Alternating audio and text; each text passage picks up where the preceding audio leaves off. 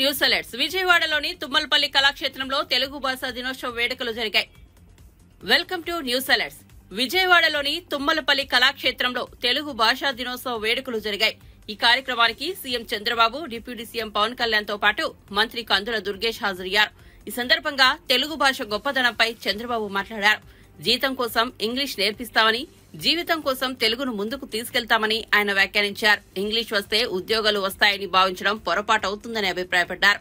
YS Jagan ప్రభుత్వం ఇంగ్లీషే జీవితం అన్న విధంగా నడుచుకుందని, భాష అనేది కమ్యూనికేషన్ అని మాత్రమేనని, మాతృభాషలోనే జ్ఞానం పెరుగుతుందని చంద్రబాబు అభిప్రాయపడ్డారు. మనం మాతృభాష అయిన తెలుగును ఎట్టి పరిస్థితుల్లో పరిరక్షిస్తామని ఆయన వాగ్దానం చేశారు. భాషను కాపాడుకోవడం కోసం ఒక స్ఫూర్తిని తీసుకోవాలనే ఉద్దేశంతోనే మన పెద్దలు తెలుగు వెలుగైనటువంటి గిడుగు రామ్మూర్తి గారి జయంతిని భాషా దినోత్సవంగా మనం జరుపుకుంటున్నాం. ఇప్పుడే మిత్రులు చాలా మంది మాట్లాడారు. ఈరోజు మనందరం గుర్తుపెట్టుకోవాల్సింది, భాష లేకపోతే మన మనుగడే ఉండదు. తెలుగు జాతికి ఉనికి, మన యొక్క నాగరికత గాని, సంస్కృతి సాంప్రదాయాలకు మూలం మన భాష. ఈరోజు మనందరం గర్వంగా ఉన్నాం. దానికి కారణం మనం తెలుగు మాట్లాడుతున్నాం కాబట్టి. అలాంటి భాష కోసం జీవితాంతరం పోరాడి నిలబెట్టిన వ్యక్తి గిడుగు రామ్మూర్తి పంతులు గారు. ఆయనకి మనం అందరం కూడా ఘనమైన నివాళులర్పించి తద్వారా జాతిలో స్ఫూర్తిని నింపే బాధ్యత మనం తీసుకోవాల్సిన అవసరం ఉంది. ఇప్పుడే ఉప ముఖ్యమంత్రి గారు మాట్లాడినప్పుడు ఆయన చేసిన త్యాగాలన్నీ చెప్పారు. ఎప్పుడు కూడా త్యాగాలు చేస్తేనే జాతి గుర్తుపెట్టుకుంటుంది, మనం చేసే పనికి కూడా ఫలితం వస్తుంది. అలాంటి మహనీయుడు గిడుగు రామ్మూర్తి గారు. అయితే మన భాషకు ఒక మంచి చరిత్ర కూడా ఉంది. దేశంలో 4వ భాష ఈరోజు తెలుగు భాష. 10 కోట్ల మంది మాట్లాడే భాష తెలుగు భాష కావడం మనందరికీ గర్వకారణం. హిందీ, బెంగాలీ, మరాఠీ తర్వాత ఎక్కువ మంది మాట్లాడే భాష తెలుగు భాష. ఇది ఒక విధంగా చెప్పాలంటే మన అదృష్టం కూడా. అమెరికా లాంటి దేశంలో తెలుగు 11వ భాష అంటే అది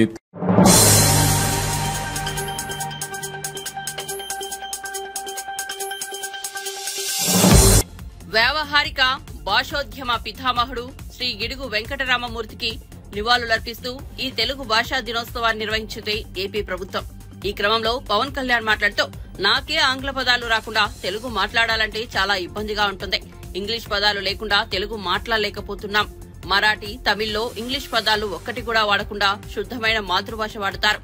వారు వాళ్ల భాషపై ప్రయోగాలు చేస్తారు. మన దగ్గర మనం ఎంత చేయగలిగామో తెలియదు, కానీ మాతృభాషకు మాత్రం మనం పెద్దపీట వేయకపోతే చేజేతులా మన భాషను మనమే నాశనం చేసుకున్నట్లే.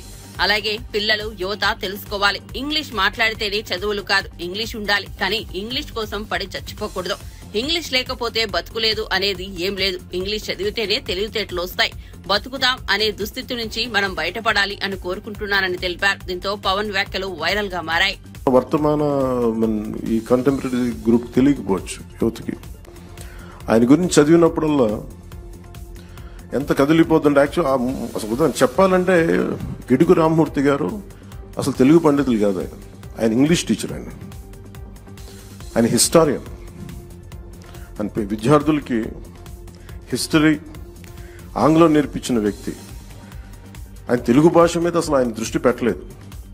కానీ హిస్టరీ దీంట్లో ఏదో ఒక టెంపుల్కి వెళ్తే ఆ టెంపుల్ ఒక ప్రత్యేకమైన ఒక కలిపిన ఒక భాష పత్రాలు ఉంటే ఆ టెంపుల్ మీద అది అర్థం చేసుకోవడానికి ఒక ప్రయత్నం చేసి అప్పుడు ఆయన చదివి దాని మీద అది దీన్ని మరుగైపోయిన భాష, ఇది ఎవరు చదవలేరు, దేవతల భాష అంటే అది కాదని చెప్పి ఆయన నేర్చుకొని ఆయన ఎక్కడో మన లండన్ నుంచి కొన్ని మ్యాగజైన్స్ ఇంపోర్ట్ చేసుకొని పర్లాకిమిడి మహారాజు వారి సహకారంతో అవన్నీ చదివి అలా ఆయన పరిశోధకుడు ఆయన.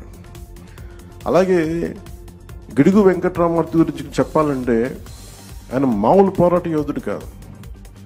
ఆయన ఏదో మనం కూర్చోబెట్టి మనకి తెలుగు భాషని ముందుకు తీసుకెళ్ళినోడే కాదు, ఆయన తెలుగు కోసం, తెలుగు జాతి కోసం పరితపించిపోయిన వ్యక్తి. ఎవరైతే తనకు అండగా నిలబడ్డారో పర్లాకిమిడి మహారాజు గారిని ఆయనతోనే గొడవ పెట్టుకున్న వ్యక్తి, అంటే అంత తపన పడిపోయే వ్యక్తి. ఈ రోజున మనం గిడుగు వెంకటరామమూర్తి గురించి, మనం రామమూర్తి గారి గురించి తెలుగు భాషని వాడుక భాషలో తీసుకొస్తున్నాం అనుకుంటున్నాం, కానీ దానికంటే ముందు ఆయన సవర భాష కోసం ప్రయత్నం చేసిన వ్యక్తి. సవర భాష కోసం ఆయన ఎన్ని సంవత్సరాలు వదిలేశారు ఆయన జీవితాన్ని. ఆయన సొంత నిధులు ఖర్చు పెట్టి, అసలు టోటల్గా ఎవరు కలవకూడదు, సవర్లతో కలవలేము, కొండ జాతి వాళ్ళతో పని లేదు, ఈ కుల వివక్ష చాలా పీక్స్ లో ఉన్న దశలో, అలాంటి సమయంలో ఆయన సవర్ల కోసం తపన పడి, సవరులు దోపిడీకి గురవుతున్నారు సవర సమాజం, వారి దోపిడిని అరికట్టడం కోసం వాళ్ళకి ఎవరికైనా మన మైదాన ప్రాంతం నుంచి వచ్చి డబ్బులు ఇస్తారు.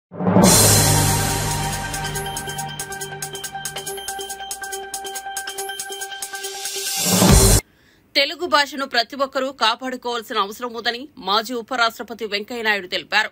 రాష్ట్ర ప్రభుత్వాలు కూడా ఉత్తర ప్రత్యర్థాలను తెలుగులోనే విడుదల చేయాలని సూచించారు. వైఎస్సార్ జిల్లా ఎర్రగుంట్ల మండలం కలమల్లలో తొలి తెలుగు శాసనాలను పరిశీలించిన వెంకయ్యనాయుడు వాటిని సంరక్షించాలని కోరారు. క్రీస్తు శకం 575లో చోళరాజు ధనంజయుడు వేయించిన తొలి తెలుగు శాసనం కలమల్లలో వెలుగు చూసిన సందర్భంగా జిల్లా యంత్రాంగం తెలుగు భాష దినోత్సవాన్ని అక్కడ ఘనంగా నిర్వహించారు. ఈ కార్యక్రమానికి ముఖ్య అతిథిగా హాజరైన వెంకయ్యనాయుడుకు ఎమ్మెల్యే ఆదినారాయణ రెడ్డి, జిల్లా కలెక్టర్ శివశంకర్ ఘన స్వాగతం పలికారు. అనేక రకాల రచనలు చేశారు. మన ప్రాంతానికి, మన తెలుగు భాషకు, మన తెలుగు రాష్ట్రాలకు ఎంతో పేరు తీసుకొచ్చారు. ఈ తెలుగు భాషామయమే కాకుండా తెలుగు ప్రావీణ్యాన్ని గురించి కూడా చాలా మంది తెలియజేశారు. రామాయణం, భారతం, భాగవతాల్లోని ఎన్నో విలువైన శ్లోకాలకు వ్యాఖ్యానం కూడా పెద్దలు రాస్తున్నారని తెలిసి నేను ఎంతో ఆనందించాను. ఈ ప్రదేశంలో ఈరోజు ఈ భాష ఎంత ప్రాచీనమైనదో, పురాతనమైనదో, సంస్కృతి కూడా అంత ప్రాచీనమైనది. సంస్కృతి అంటే మన యొక్క జీవన విధానం. అలాంటి ప్రాచీన సంస్కృతి మనదని మన ముందు తరాలకు తెలియజేసే విధంగా ఇవాళ భాషా దినోత్సవాన్ని జరుపుకోవడానికి అది ప్రధాన కారణం.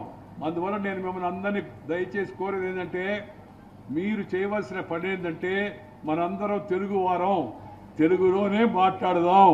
ఇంట్లో, వీధిలో, గుడిలో, బడిలో, అమ్మ ఒడిలో, నారు మడిలో తెలుగులోనే మాడుకోవాలి.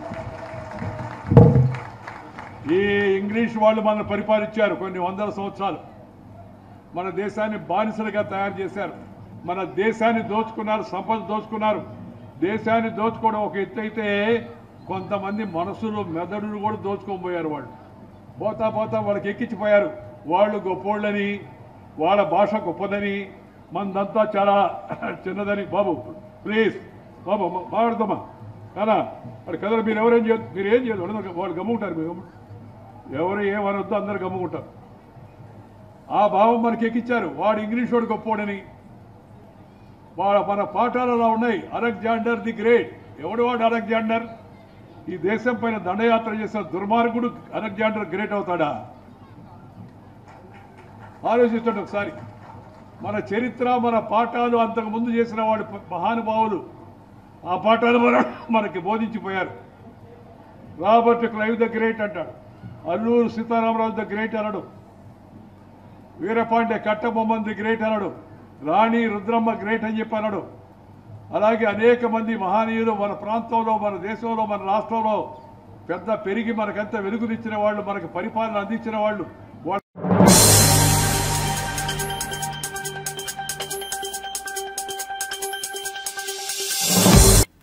గణేష్ ఉత్సవాలపై సచివాలయంలో సీఎం రేవంత్ రెడ్డి ఉన్నత స్థాయి సమీక్ష నిర్వహించారు. వినాయక మండపాలకు ఉచిత విద్యుత్ ఇవ్వాలని, భాగ్యనగర్ గణేష్ ఉత్సవ సమితి కోరగా అందుకు ముఖ్యమంత్రి అంగీకరించారు. ఉచిత కరెంటు కోసం ముందుగా దరఖాస్తు చేసుకోవాలన్నారు.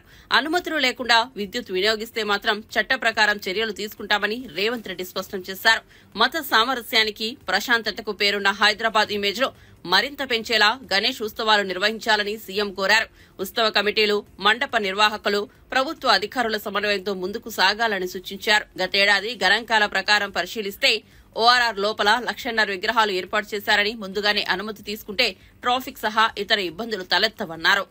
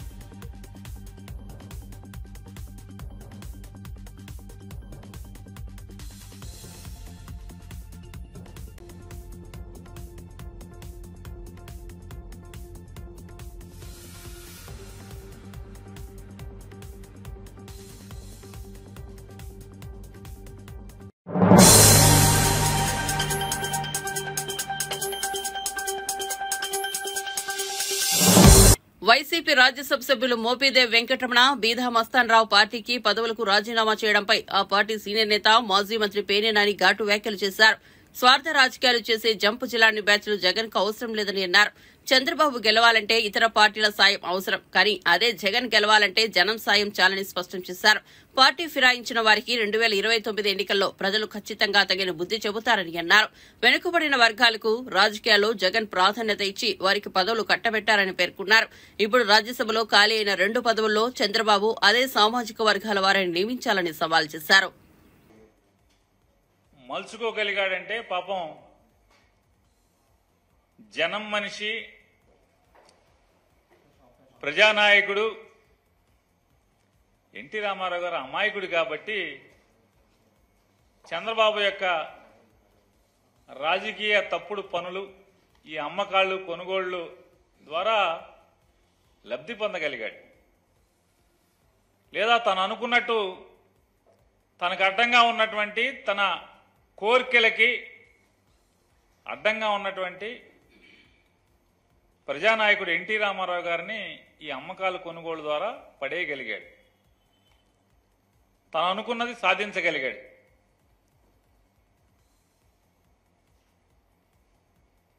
తన రాజకీయ దుర్నీతి ఎత్తుగడలు పారించగలిగాడు. కానీ చంద్రబాబు నాయుడు ఇవాళ రాజకీయంగా ఎవరిని కొట్టాలనుకుంటున్నాడు? జగన్మోహన్ రెడ్డి గారు ఎన్టీ రామారావు గారిలాగా అమాయకుడు కాదు.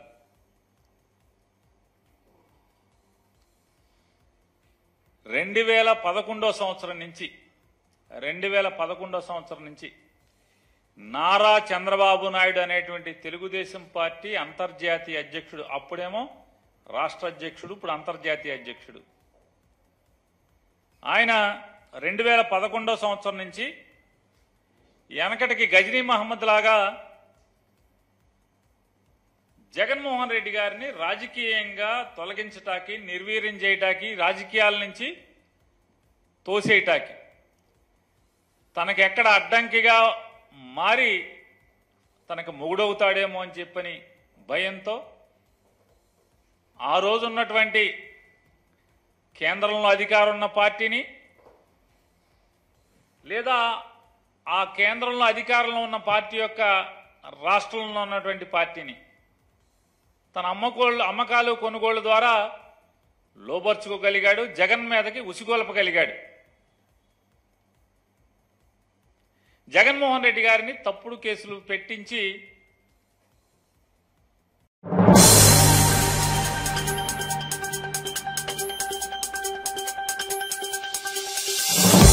హైదరాబాద్ నగరంలో హైడ్రా పనిచేస్తున్న తీరుపై బీజేపీ శాసనసభాపక్ష నేత ఏలేటి మహేశ్వర్ రెడ్డి ఆగ్రహం వ్యక్తం చేశారు.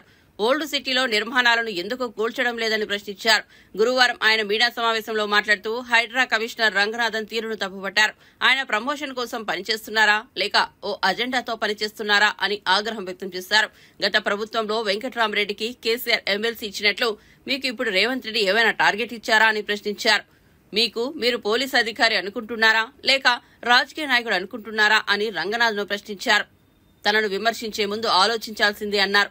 హైడ్రా పేరుతో వసూలు జరుగుతున్నట్లుగా తన దృష్టికి వచ్చిందని సీఎం రేవంత్ రెడ్డి కూడా చెప్పారని గుర్తు చేశారు. దీనిని బట్టి హైడ్రా ఎలా నడుస్తుందో అర్థమవుతోందని ఎద్దేవా చేశారు.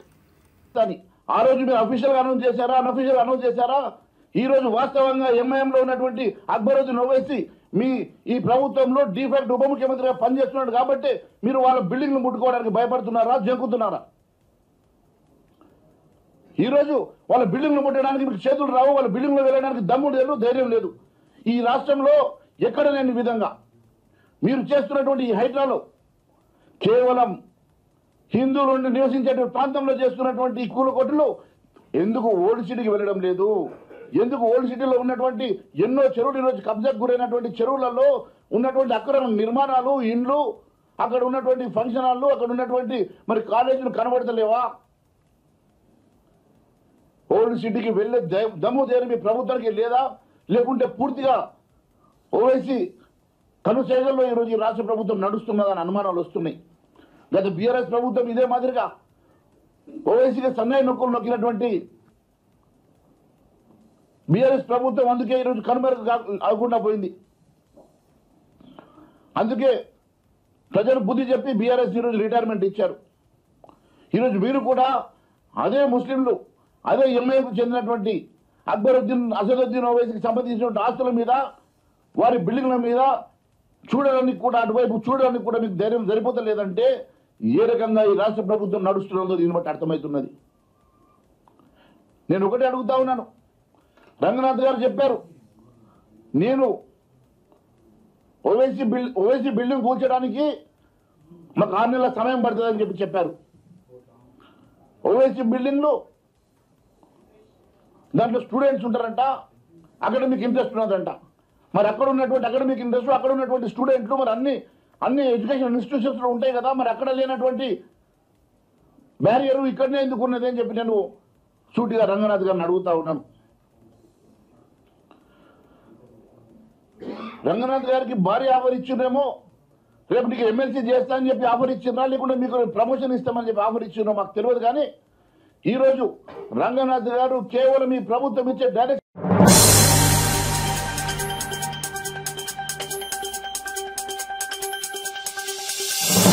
ఏపీలో ప్రజాపాలన వచ్చిందని పారిశ్రామికవేత్తలు సంతోషం వ్యక్తం చేస్తున్నారని మంత్రి నారా లోకేష్ అన్నారు.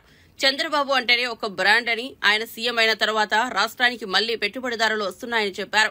రాష్ట్రంలో లక్షల కోట్ల పెట్టుబడి పెట్టేందుకు గతంలోనే అదానీని ఒప్పించామని, అయితే వైసీపీ ప్రభుత్వం వచ్చిన తర్వాత పెట్టుబడులు ఇతర రాష్ట్రాలకు వెళ్లిపోయాయని అన్నారు.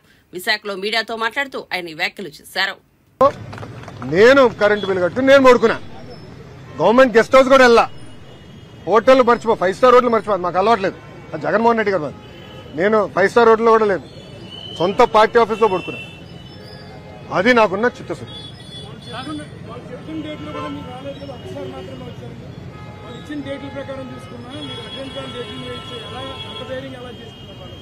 అది మీరు వాళ్ళని అడగాలి. వచ్చుంటే మా సాక్షి మిత్రుడు రాలా ఈరోజు. ఏడి మైక్ లేదు, ఎక్కడున్నాడు? నమస్కారం స్వామి, మైక్ ఏది? లేదబ్బా, ఉన్నాడు. అందుకే బ్లూ మీడియా, రంగు కూడా బ్లూ. సో మన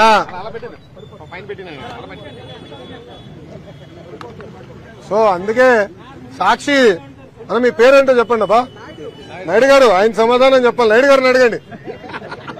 ఆ 26 రోజుల నుంచి ఆయన ప్రింట్ చేశాడు కదా, ఆ 26 రోజుల్లో ఒకే ఒక రోజు నేను విశాఖపట్నంలో ఉన్నా. సార్ చెప్పండి సార్. నాయుడు గారు అడగండి, నో ప్రాబ్లం. ఒక్క నిమిషం అమ్మా, నో ప్రాబ్లం, గుడ్ క్వశ్చన్. ఏం తమ్ముడు భయపడుతున్నావా? ఏం లేదు కదా. నేను రెడ్ బుక్ గురించి ఏం చెప్పానమ్మా పబ్లిక్ మీటింగ్ లో? ఏ అధికారులైతే చట్టాన్ని ఉల్లంఘించి ప్రజల్ని కార్యకర్తలు ఇబ్బంది పెట్టారో వాళ్ళని వదిలిపెట్టనన్నా. అంటే మీకు ఫండ్ చేసిన అధినేత పార్టీలో రాసలీలలు జరుగుతున్నాయి. నిన్న మొన్న అన్ని బయటకు వచ్చినాయి. అధికారులు కూడా ఇన్వాల్వ్ అయి ఉన్నారని పాపం మేడం గారు వచ్చి చెప్పారు. అవన్నీ ఎంక్వైరీ చేయాలి కదా. చట్టాలను ఉల్లంఘిస్తే ఎంక్వైరీ చేస్తా. అది నా రెడ్ బుక్ లో ఉంది. ఎందుకు భయపడుతున్నారు అందరూ? నాది రాజారెడ్డి రాజ్యాంగం కాదు స్వామి. నన్ను ఆపేదానికి మీ ఇన్వెస్టర్ జగన్మోహన్ రెడ్డి గారు ఆనాడు జియో 1 తీసుకొచ్చాడు. ఆ రోజే చెప్పా మడిచి ఎక్కడ పెడతావు పెట్టుకోపో అని. అదే జగన్మోహన్ రెడ్డి గారు ఈ రోజు రాష్ట్రంలో ఎక్కడ తిరగాలి వెళ్తున్నారు. Z+ కేటగిరీ సెక్యూరిటీ ఇచ్చి మరి పంపిస్తున్నాం ఆయన్ని. ఇంకేం కావాలి ఆధారాలు నీకు? సార్ ఋషికొండ ప్యాలెస్ లోపల ఏముందో ఇంకా నేను చూడాల్సిన అవసరం ఉంది. అంత డబ్బులు ఎట్లా ఖర్చు అయిందో నాకు అర్థం అవట్లా. అంటే ఒక టబ్బు 30 లక్షలు అంటున్నారు. ఇట్లా అనేక వార్తలు వచ్చినాయి. నేను ఫోటోలు చూశాను, వీడియోలు, అంటే మీరే వెళ్ళి వీడియోలు తీశారు. అక్కడ ఛాంబర్ ఉన్నట్టుంది ముఖ్యమంత్రి గారు. అదే దాదాపు ఒక 2 నుంచి 3 వేల స్క్వేర్ ఫీట్ ఉంటుంది.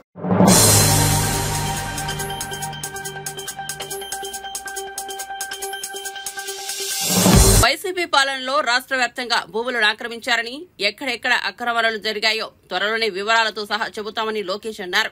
విశాఖలో రాజారెడ్డి రాజ్యాంగాన్ని అమలు చేశారని, భూములు లాక్కున్నారని, కిడ్నాపులు చేశారని మండిపడ్డారు.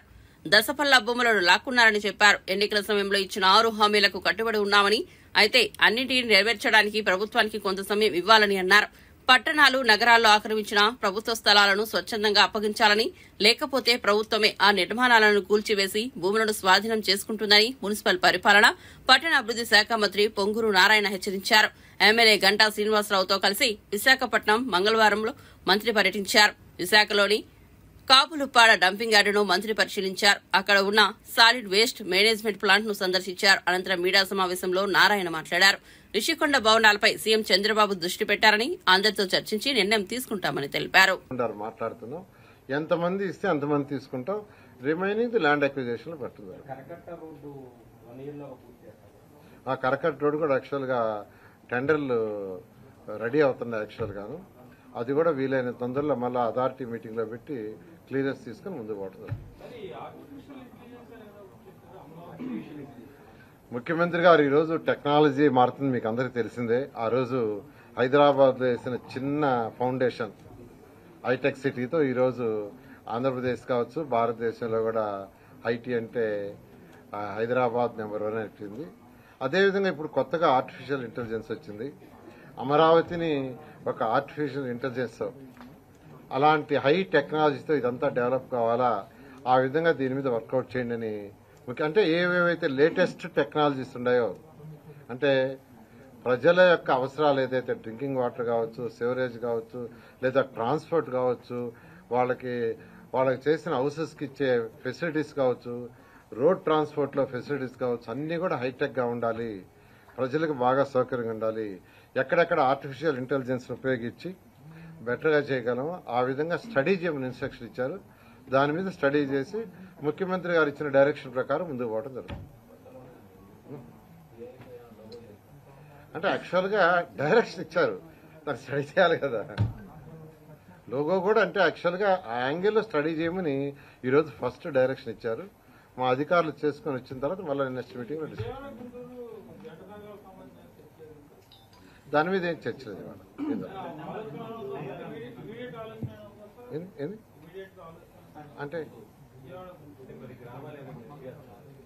అంటే యాక్చువల్గా ఫ్యూచర్ మాస్టర్ ప్లాన్ కూడా ఏంటంటే, మాస్టర్ ప్లాన్ కూడా హైదరాబాద్లో ఎట్లయితే హైదరాబాదు, సికింద్రాబాద్, సైబరాబాద్ ఇలా ఉందో, అదేవిధంగా చుట్టుపక్కల రంగారెడ్డి అంతా కలిసిపోయిందో, అసలు మాస్టర్ ప్లాన్ డిజైన్ చేసేటప్పుడు వాడికి ఇచ్చిన ఇన్స్ట్రక్షన్ ఏంటంటే ఇటు గుంటూరు,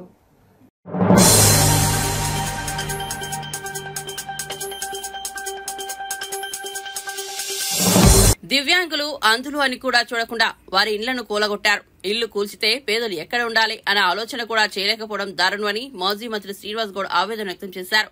గురువారం సాయంత్రం ఆదర్శనగర్లో కూలిన ఇండ్లను ఆయన పరిశీలించారు. విచారణ జరపకుండా ఎలాంటి నోటీసులు ఇవ్వకుండా కూల్చివేయడం ఎంతవరకు సమంజసమని మండిపడ్డారు. బాధితులకు కూల్చిన చోటే ఇండ్లు నిర్మించి ఇవ్వాలని, ఈ వ్యవహారంపై విచారణ జరిపి సంబంధిత వ్యక్తులపై చర్యలు తీసుకోవాలని డిమాండ్ చేశారు. బాధితులతో మాట్లాడి అండగా ఉంటామని భరోసానిచ్చారు.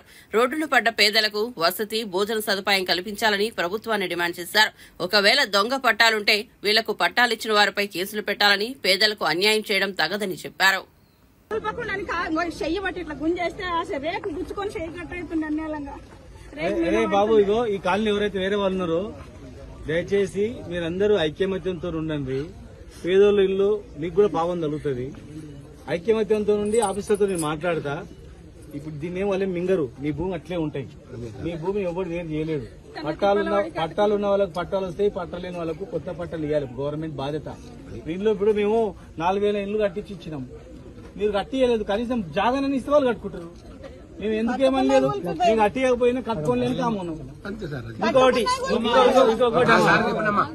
ఎవరు కూడా మధ్యలో ఒక్కరికి దళారులకు డబ్బులు ఇవ్వకండి. గతంలో కూడా ఎవరికైనా డబ్బులు ఇస్తే కూడా వాళ్ళ పేర్లు కూడా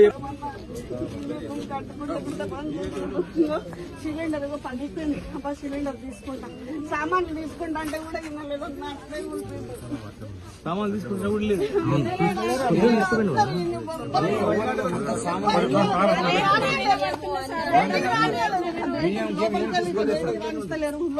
మూడు బస్సుల పోలీసు వచ్చారు సార్. అసలు ఇద్దరిని సమాధానం ఇస్తున్నారు.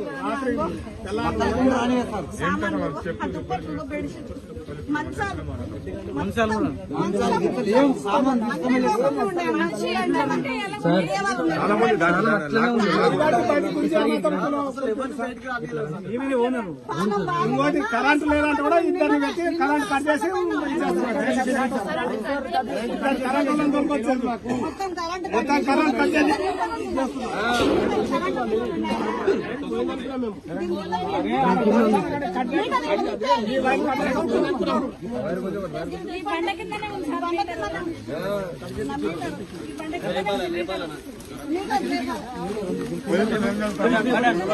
మెల్లగా జరగండి. అమ్మ అట్లా అమ్మ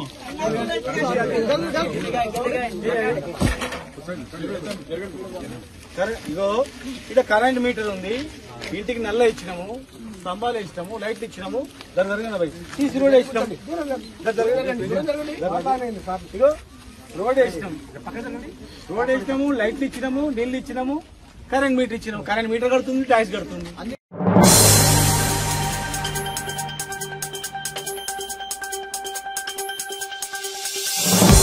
నాగార్జునసాగర్ జలాశయానికి భారీగా వరద ప్రవాహం కొనసాగుతోంది. దీంతో అప్రమత్తమైన అధికారులు మొత్తం 26 క్లస్టర్ గేట్లను 5 అడుగుల మేరకు ఎత్తి స్పిల్వే ద్వారా 2.10 లక్షల క్యూసెక్కుల నీరు దిగువకు విడుదల చేస్తున్నారు. శ్రీశైలం ప్రాజెక్టు నుండి సాగర్ కు 2.50 లక్షల క్యూసెక్కుల నీరు రావడంతో అంతే మొత్తంలో జలాశయం నుండి విడుదల కొనసాగుతోంది. వరద ప్రవాహం పెరగడంతో క్రమంగా గేట్లను పెంచుతూ మొత్తం 26 క్లస్టర్ గేట్లను ఎత్తారు. కృష్ణా దిగువ ప్రాంతంలో వరద ఎక్కువగా ఉండటంతో లోతట్టు ప్రాంతాల ప్రజలు అప్రమత్తంగా ఉండాలని అధికారులు హెచ్చరికలు జారీ చేస్తున్నారు. జలాశయం మొత్తం నీటి మట్టం 590 అడుగులు కాగా పూర్తి స్థాయిలో నిండింది. సాగర్ ప్రస్తుత పూర్తి నీటి నిల్వ 312.50 టీఎంసీలుగా ఉంది.